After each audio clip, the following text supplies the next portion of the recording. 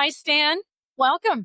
Thank you. Yeah, I'm glad you stop by here. We're at the big Canry RE Events Expo here. Lots of great booths set up. Do you guys have a booth that's set up? We do. Yeah, Okay, yeah, we're in the Indigenous Pavilion. excellent. So tell us a little bit about who you are and what you guys do. Yeah. So my name's Stan Higgins. I'm the founder and president of VersaPile. We specialize in helical pile foundations. We focus on three sectors. One is the energy sector.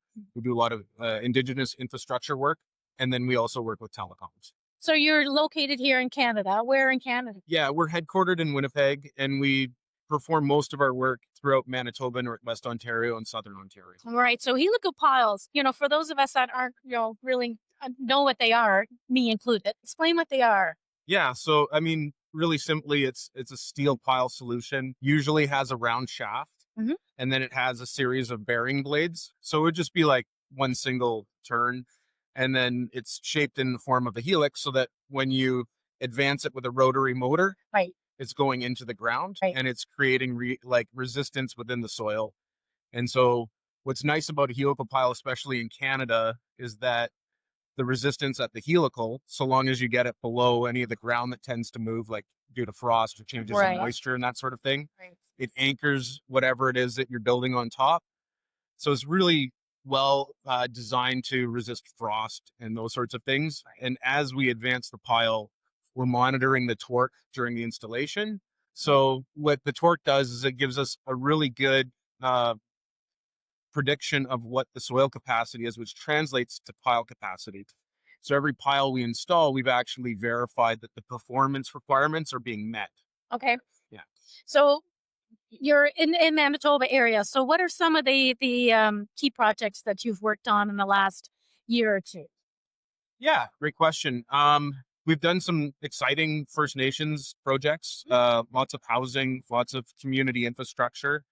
We really enjoy that work because we also do that in partnership and collaboration with the local community. Right.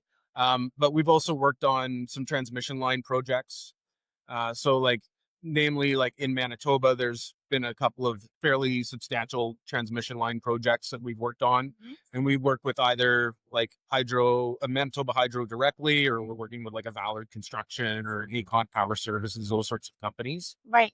Yeah. So how do you work with the community? You mentioned earlier, Indigenous communities, it's very important to incorporate them. Yeah. And so how do you go about doing that? Yeah. So, I mean, my history is that I've been working with Indigenous peoples my entire working career. So since I was 18, Yeah.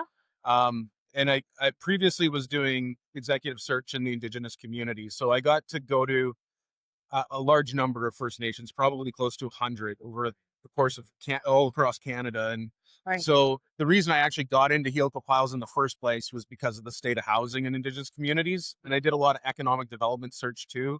And many of the communities were really stuck in a situation where it was hard to find economic opportunities. And I found like housing was low hanging fruit. Like no matter where you are, doesn't matter. You might be lacking in certain resources, but you always need housing. Right. So how how I started the company is how we continue to build the company. So which is with Indigenous peoples and communities at heart. So for us, when we go into community, we're always looking at like what are the local resources that we can leverage, Right. right? So we will oftentimes, you know, train local people to do what it is that we do. We will outfit the equipment so that they can do what we do, Hey. right? And now it's really nice because the stuff we're doing in the energy sector is intersecting beautifully with First Nation communities. So if we're working with a community that has like maybe a project that's going to break ground, it's a transmission line, let's say, and they've got equity stake, Yep. and we've got a couple of years, we can Yeah. work with them at the local level right now and help them get up to speed in order to do their own piles over the next couple of years. And then we can, introduce maybe like a 3-4 week training program that gets them up to speed with doing it for transmission lines, which allows for that engagement and participation, which is great because it's it's really important if you're going to do this work in this energy sector right now, the amount of growth we're seeing, Yeah. you need 25% more people year over year in order You to know. keep up. So like, this is one of the things that we're Yeah. doing that I think is really innovative. And we're doing it because it's the right thing to do, but it's actually become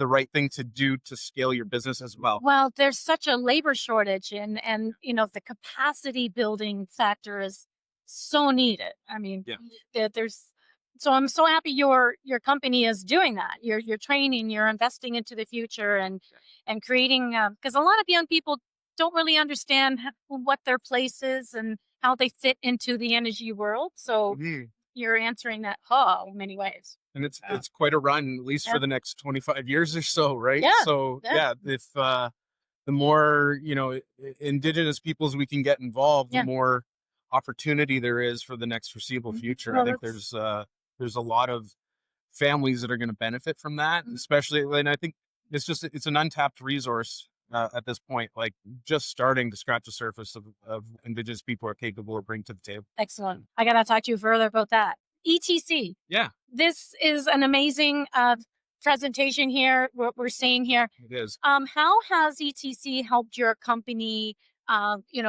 connect with suppliers and in your network? Yeah, it's a great question. Is maybe a little too early for us to tell you because it's the first It's year your that we've first year. actually been at Okay. ETC. So what do you hope to get out of today? Yeah, so I mean, one of the nice things is that we're already seeing people that we've had conversations with, let's say, that but we haven't maybe met them in person, Nice. right? So we're actually putting that face to the name, which is really cool. And then also, as much as we have a booth here, we also, there's two of us so that we can, one of us can sort of go Network and around and tag. Yeah. yeah, Connect. exactly. And then even, last night it was great to listen to the panel talk.